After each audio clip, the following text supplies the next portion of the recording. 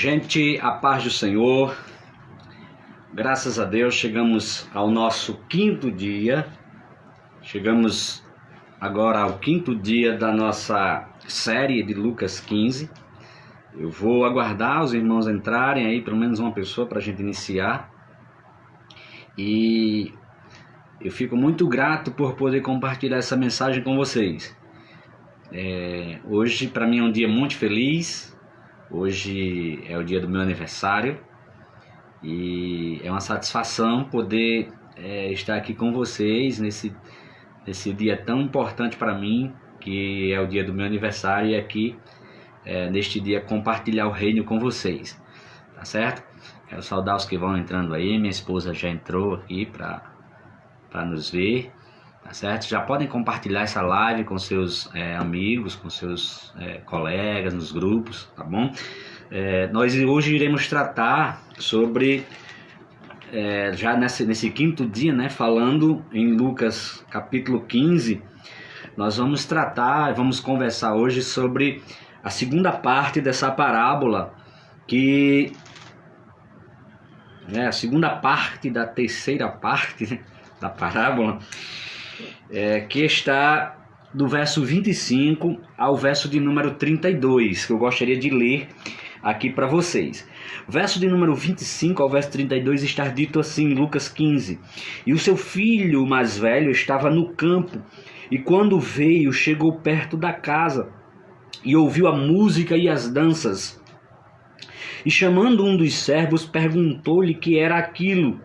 E ele lhe disse: Veio teu irmão, e teu pai matou o bezerro cevado, porque o recebeu são e salvo. Mas ele se indignou e não queria entrar. E saindo o pai, instava com ele. Mas, respondendo ele, disse ao pai: Eis que te sirvo há tantos anos, sem nunca transgredir o teu mandamento, e nunca me deste um cabrito para alegrar-me com os meus amigos. Vindo, porém, este teu filho, que desperdiçou a tua fazenda com as meretrizes, mataste o bezerro cevado. E ele lhe disse: Filho, tu sempre estás comigo, e todas as minhas coisas são tuas. Mas era justo alegrarmos-nos e regozijarmos-nos, porque este teu irmão estava morto e reviveu, tinha se perdido e foi achado. Eu vou deixar para interagir, como sempre, no final aí com vocês, mas porque eu não consigo também ver quem está entrando aí, tá certo? Hoje nós estamos encerrando essa série de mensagens em Lucas 15, e como nós falamos, né, nos primeiros dias, já nas primeiras lives, os vídeos estão todos aí postados. Essa parábola é motivada por um contexto em que Jesus está falando para pecadores e publicanos, e ele é censurado, né, pelos fariseus e pelos escribas. E ele propõe essa parábola, que é o capítulo de número 15, todo o capítulo 15 de Lucas. Eu quero destacar que um comentário que eu acho muito interessante sobre esta parábola é o comentário de Orlando Boyer. Ele chega a dizer no seu comentário, falando sobre essa parábola, que essa aqui é a princesa das parábolas, porque nela está contido toda a forma de Deus trabalhar na vida dos homens, da forma como Deus insiste com os homens, na sua busca em querer trazê-los para si. Eu vi um outro comentário histórico-cultural também, que eles consideram essa parábola em uma expressão latina, evangelho in evangelium, que é o evangelho dentro do evangelho, que essa parábola ela retrata exatamente o evangelho, a essência do que é o evangelho. Essa parábola do capítulo 15 de Lucas, ela está carregada de quando a gente lê ela pausadamente, tentando entender pontos históricos, culturais,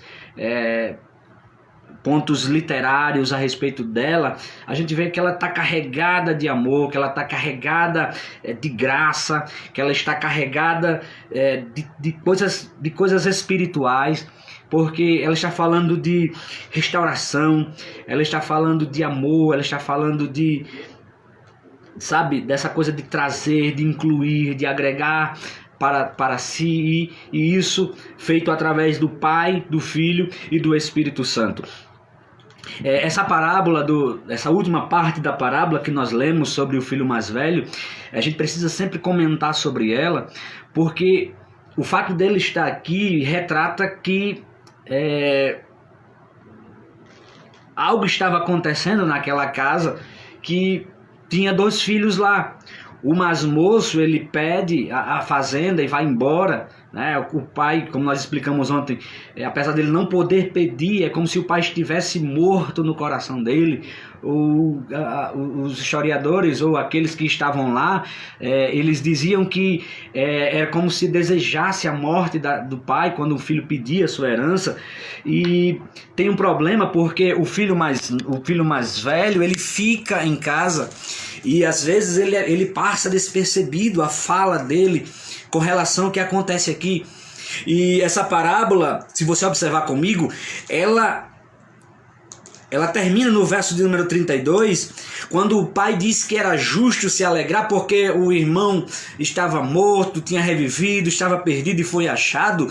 Só que é como se a parábola não terminasse. É como se Jesus ele usa esse recurso para deixar que aquele que estivesse lendo ou ouvindo, eles decidissem o final que eles escolheriam. O filho mais velho, ele passa despercebido, e alguns comentaristas resumem eles aos fariseus e aos escribas, aos religiosos, mas eu prefiro pensar que eles vão além dos fariseus e dos escribas. Muitas vezes esse filho mais velho pode ter sido você. Esse filho mais velho, ele pode se retratar em mim, ele pode se refletir na minha pessoa.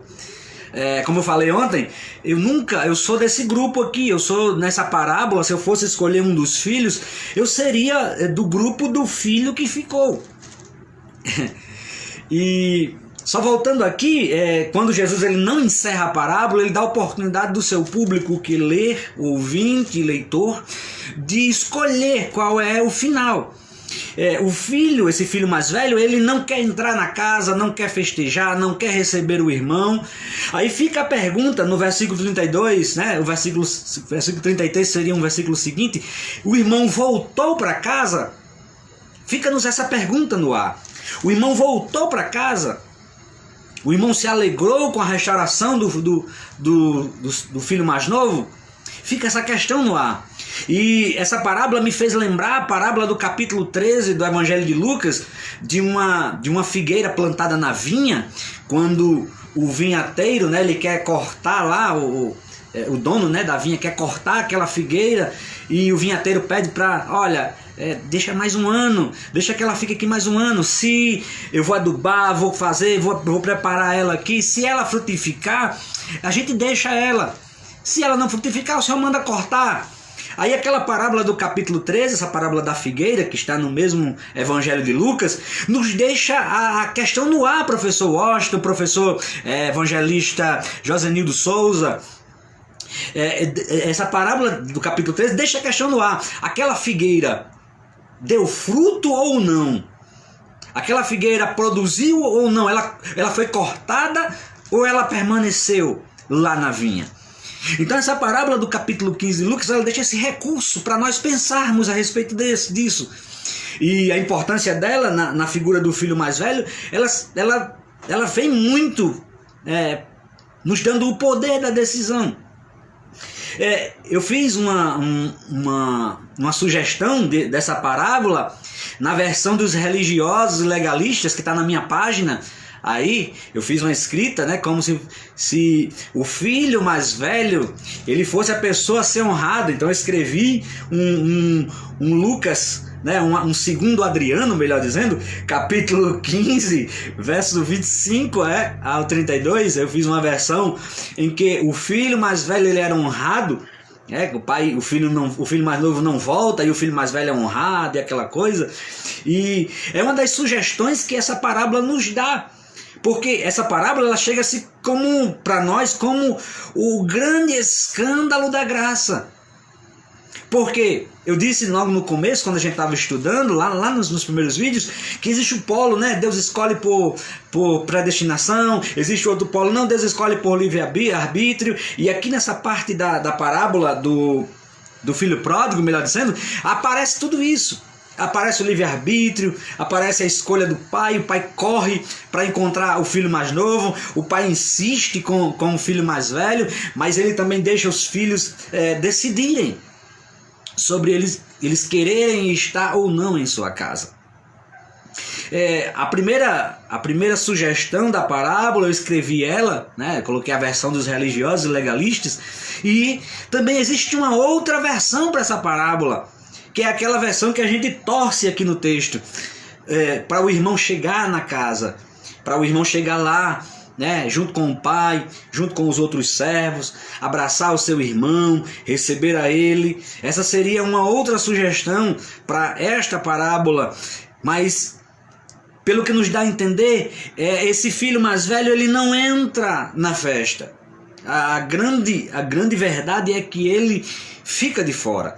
E eu gostaria de falar sobre isso, para você que nunca saiu da casa do pai, para você que nunca, Adriano, eu sempre servi ao Senhor, eu sempre fiz a vontade de Deus, mas o filho mais velho, ele tem algumas coisas que a gente precisa ter cuidado, enquanto estamos na casa do pai e enquanto estamos servindo a ele.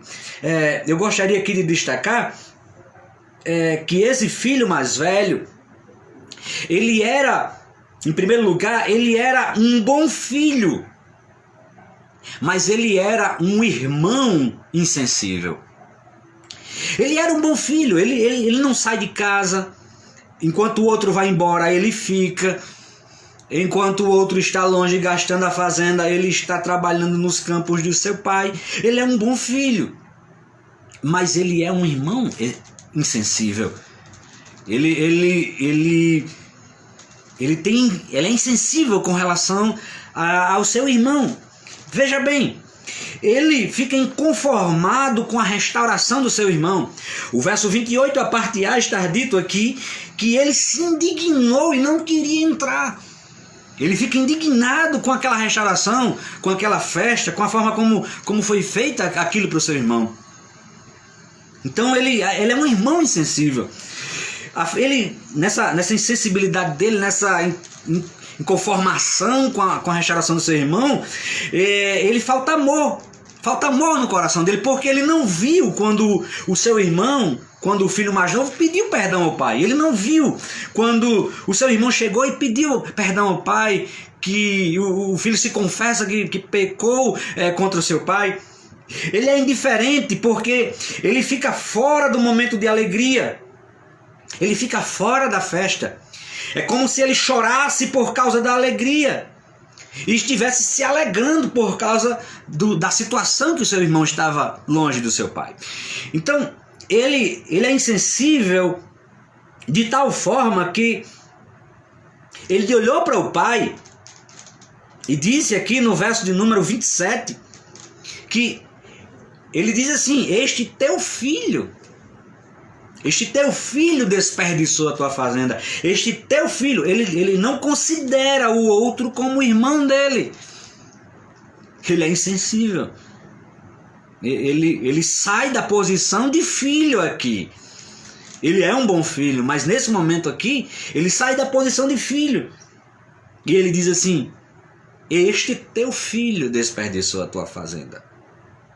Só que o que eu acho lindo aqui é que o pai olha para ele, no verso número 32, e diz assim: ele é o teu irmão. Este teu irmão estava morto e reviveu. Estava perdido e foi achado. Era justo nos alegrar pelo que aconteceu com este teu irmão. Enquanto ele dizia teu filho, o pai estava dizendo: ele é teu irmão. Isso aqui é muito precioso, porque às vezes, irmãos, a gente somos bons filhos, mas a gente tem que ter cuidado de não sermos irmãos insensíveis. O que eu faço quando eu sei de um fracasso de um irmão? Qual é a minha resposta ao fracasso de uma pessoa que servia do meu lado? E isso, irmãos, ele se retrata exatamente aqui nessa situação. Quantos eram amigos, amigos pessoais, sabe, irmão?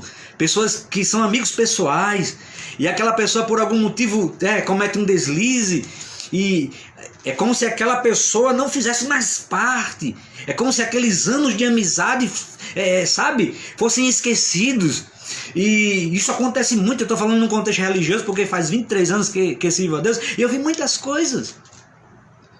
E a gente precisa ter cuidado com essa atitude desse filho mais velho, quando a gente se depara com as fraquezas do nosso irmão, do nosso próximo. Sabe? Aquela pessoa que andava com você e por algum motivo, né, hoje não caminha mais, é como se o pecado daquela pessoa, a queda daquela pessoa na cabeça do religioso é um problema. E o texto está aqui nos dizendo que retratando de pessoas que são bons filhos, mas que são péssimos irmãos. Sabe? Ele chega a acusar o seu irmão.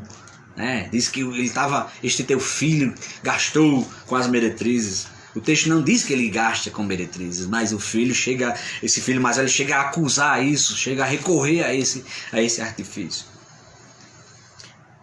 Um segundo ponto, esse filho mais velho, ele é um bom servo. Ele serve bem, mas não tem comunhão com seu pai. É um tipo de fariseu. Ele serve bem, mas não tem comunhão com o pai. Não entende as questões do pai. Ele não entende as razões do pai quando ele recebe o seu filho. Perceba que esse filho mais velho, ele não notava a tristeza do seu pai enquanto esperava o seu irmão.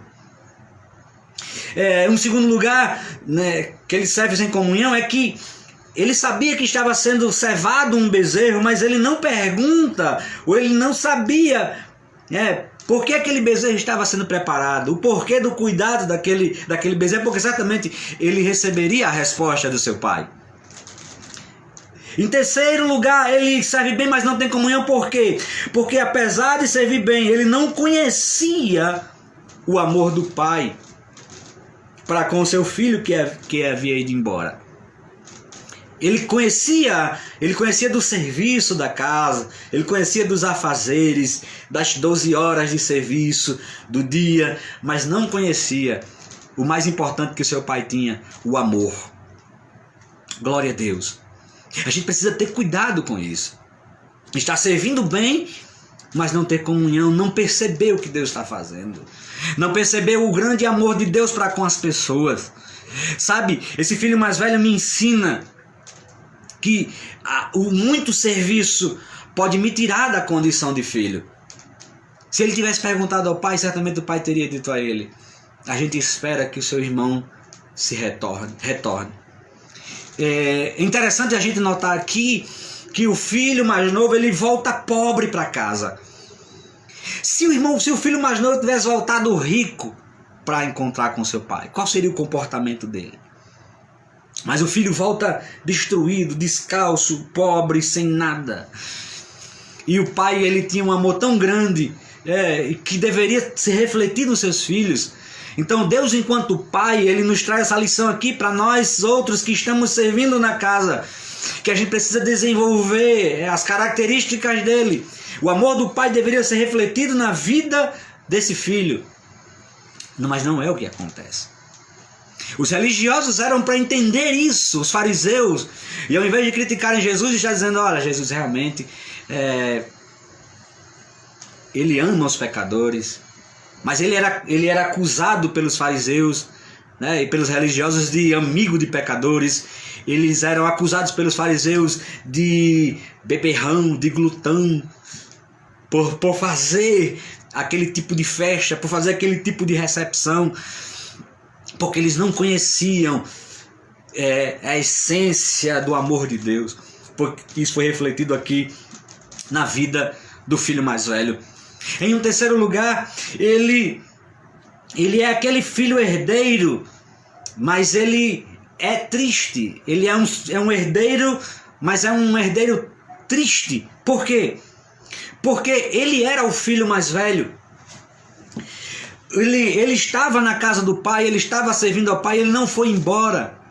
E o fato de o pai ter recebido o irmão dele e ele não querer entrar ali, demonstra que ele é um herdeiro, mas é um herdeiro triste, que se esquece que ele tem os seus valores, que aquilo que é dele está garantido, sabe? Ele não conhecia o valor da primogenitura. Sabe o que era o valor da primogenitura? É que enquanto o filho mais novo tinha direito sobre uma parte dos bens do pai, ele, como filho mais velho, como filho primogênito, tinha direito, meus queridos irmãos, meu querido irmão André, esse homem, filho mais velho, tinha direito ao dobro da herança. Então, ele tinha o dobro da herança na mão dele. E ele inveja a volta, a restauração do seu irmão mais novo. Ele fica insatisfeito pelo fato de seu pai receber seu irmão mais novo, era para ele estar grato, porque a sua parte já estava garantida. Sabe? É exatamente o que acontece muitas vezes. Os religiosos, aqueles que servem muito bem, que estão sempre na casa do pai, muitas vezes se deixam... desconhecem aquilo que Deus tem para ele, dons espirituais, Deus tem para ele tudo que está à disposição dele no reino, e ele desconhece essa coisa do herdeiro, sabe? E às vezes a pessoa é restaurada para Deus e logo em poucos dias essa pessoa já está pregando, já está cantando, já está fazendo o trabalho, e isso gera alguma perplexidade em alguém que está vendo. Se gera um sentimento de inveja, o fato de seu irmão estar crescendo, você é o filho mais velho da parábola. Se o fato de seu irmão estar sendo destacado e você, ao invés de aplaudir ele, ao invés de você, dar as mãos, você fica de longe, você fica indiferente. Se você tem esse sentimento em relação ao seu irmão que está fazendo a obra, que está restaurado, você é o filho mais velho da parábola. Sabe? Se alguém chegou na tua frente, se você serve há muito tempo, alguém passou por uma ordenação na tua frente, e você olha hoje e diz assim, não, eu já sou há tanto tempo, era para mim ter sido já na frente dele. Você é o filho mais velho da parábola, porque você não conhece o seu lado de herdeiro. Você percebe, irmãos, aqui que o filho mais velho deixa de lado tudo aquilo que são valores para ele. Ele perde a identidade de filho, né? Quando ele diz esse teu irmão, esse teu filho, falando do seu irmão, ele perde a identidade de filho quando ele não abraça, né, a vontade do seu pai com relação à atitude que o pai toma com seu irmão mais novo. Ele era um herdeiro triste, porque aqui na parábola ele diz assim, tu não me deste nenhum cabrito para me alegrar com os meus amigos. Ele prefere se alegrar com os amigos, e com um cabrito ele é mesquinho. E o religioso, ele é mesquinho, ele só quer Deus para ele. É aquilo que o pessoal fala, é Deus para si e o diabo para o próximo. O religioso, ele aparece aqui muito claro nessa parábola. Ele é mesquinho, ele quer um cabrito para se alegrar com os amigos, mas não se alegra com o bezerro que já está na mesa, já está sendo servido com seus irmãos e com seu irmão e com seu pai. Você percebe aqui isso?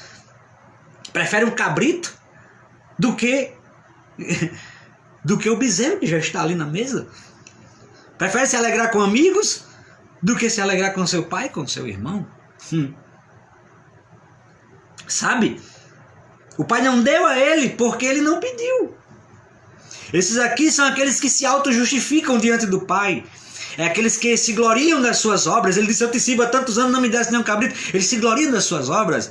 Mas assim, irmãos, a salvação é pela graça, sabe? Por mais boas obras que a gente faça, e devemos fazer, mas essas não anulam a graça. O sacrifício já foi feito, a recepção já foi feita, o sangue já foi derramado. Então o fato de você fazer ou não é irrelevante. O sacrifício já foi feito. É isso que a graça coloca aqui. Ele queria se alegrar com os amigos, mas não com o próprio irmão. Tudo que era do pai era dele, mas ele preferia ficar longe, ouvindo música e a festa. O pai disse assim, meu filho, tu sempre estás comigo e todas as minhas coisas são suas. Só que ele prefere ficar fora da casa, ouvindo música de longe e ouvindo a festa de uma forma distante. Enquanto o filho mais novo junta tudo e vai para uma terra longínqua, o filho mais velho, ele está perdido dentro da sua própria casa. O filho mais velho, ele aparece muitas vezes na questão da dracma, ele se reflete na questão da dracma, quando ele está ali, mas o seu coração está longe da casa. O seu coração está longe do pai. Se o filho mais novo, ao pedir a fazenda, ele estava dizendo que o pai tinha morrido para ele, esse filho mais velho estava perdido dentro de casa. E o pai também estava morto para ele. Porque ele fica longe, ele não quer participar. Perceba que ele fica escanteado, longe, distante, indiferente. Esse filho mais velho, ele começa dentro de casa e termina a parábola fora de casa. O filho mais novo, ele começa, poucos dias depois na parábola, ele se perde fora de casa, mas o filho mais novo termina dentro da casa. Irmãos, sabe o que me deixa preocupado? É que muitas vezes a minha autojustiça pode me deixar longe das festas que Deus está fazendo. Você percebe o reino se movendo? Irmãos, Jesus, repito o que eu disse no primeiro dia, ele é o Salvador inclusivo. Ele salva ladrão ainda. Ele ainda salva bandido. Ele ainda restaura, sabe, prostitutas. Ele ainda trabalha na vida de homossexuais. Ele ainda perdoa pessoas que precisam do seu perdão. Ele ainda restaura vidas para ele. Só que os religiosos, meros religiosos, não percebem isso. O Salvador, ele é inclusivo, ele não abre mão de você. Por mais falho, por mais, sabe, distante que você esteja, o Salvador te recebe. Eu estou falando aqui para pessoas que vão ouvir esse vídeo, sabe, e esse vídeo vai circular, eu sei também, e que pessoas que saíram da presença de Deus e às vezes não voltam com vergonha dos demais ou do coletivo, mas eu digo, olha, o coletivo deve ser a sua última preocupação, a sua preocupação deve ser com a forma como Deus te recebe. E eu quero dizer aqui nessa noite, nessa manhã, tarde ou noite, eu não sei a hora que você vai ver esse vídeo, que Deus te recebe, que Deus te aceita, que Deus te dá uma nova oportunidade, sabe? O filho mais velho, ele termina fora de casa. E o que eu acho interessante aqui, queridos irmãos, Janaína, Washington, André Nascimento, evangelista Josenildo, se estiver por aí ainda, o que eu acho aqui, missionária Edna Dantas, interessante é que o pai não cancela a festa, não adia a festa porque aquele filho mais velho não quis entrar. Cabe ao filho saber que o tempo de celebrar. O texto diz que a festa continuou. O texto não mostra o final, se aquele filho mais velho volta para casa. Mas o texto mostra que a festa continuou, independente daquele filho querer voltar ou não. A festa da salvação continua. Embora as pessoas achem, sabe, que não deveria ser assim. Como é que Jesus perdoa dessa forma? Glória a Deus. Como é que Jesus trabalha dessa forma na vida de alguém? A festa do Evangelho continua. Se mudou a pregação, se incorporou muitas vezes ao Evangelho muitas ideologias, muitas filosofias, mas o que eu louvo ao Senhor, sabe o que é, irmãos? Que a festa da graça, ela continua. Deus não adia a festa da graça. Hoje à noite é noite de salvação, essa madrugada é madrugada de salvação, amanhã pela manhã a salvação ainda está disponível. A festa continua na casa do Pai. Sabe qual é o lugar melhor do mundo para se estar? É na casa do Pai. Sabe? Entreviste o filho pródigo. Olhe Lucas capítulo 15. Entreviste o filho pródigo. E pergunte a ele qual é o melhor lugar do mundo. Verso 17 e 18 ele vai dizer: a casa do Pai. Na casa do Pai. Aleluia. A abundância de pão. Tudo que eu preciso, sabe, está em Deus. E hoje eu estou encerrando já encerro, eu completo hoje 38 anos e de idade e 23 que sirvo a Deus, né? Aceitei a Jesus muito na minha tenra adolescência. Deus fez um trabalho muito lindo na minha família, sabe? E são 23 anos servindo a Deus e eu percebo que tudo que eu preciso está na presença de Deus. Tudo que eu tenho, tudo que Deus, sabe como Deus trabalhou, tudo isso eu conquistei na presença de Deus. Uma família maravilhosa, amigos lindos, sabe? Pessoas que nos abraçam, sabe? A minha família restaurada em Deus, liberta para a glória de Deus, sabe? Tudo isso eu conquistei nesses 23 anos. Tudo que eu preciso está na casa do Pai. Eu costumo dizer, se lá no mundo tem festa, na igreja também tem festa. Eu costumo dizer, se lá no mundo tem banda, na minha igreja também tem banda. Se lá no mundo tem as suas farras, na minha igreja tem os retiros. Se lá no mundo tem amizades, aqui na minha igreja, na casa do Pai, tem amizades também. Não é porque tem muita gente falsa na igreja e no mundo não tem não, é bonitão? E no mundo não tem não, é? Não, porque não sei aonde fulano de tal falou mal do outro e tu acha que lá no mundo não tem não? Como diz o outro no popular aqui, tu acha que no mundo não tem as trairagens também não? Então, se é para viver, sabe? Viva com Deus, viva na casa do Pai. Viva com Deus, sabe? Essa parábola do filho pródigo e essa segunda parte falando do filho mais velho nos fala sobre os cuidados que a gente precisa ter, tá bom? Eu quero encerrar aqui dizendo que o pai, ele trata os filhos no mesmo nível. Ele saiu para abraçar o filho mais novo, mas aqui ele também saiu para falar com o filho mais velho.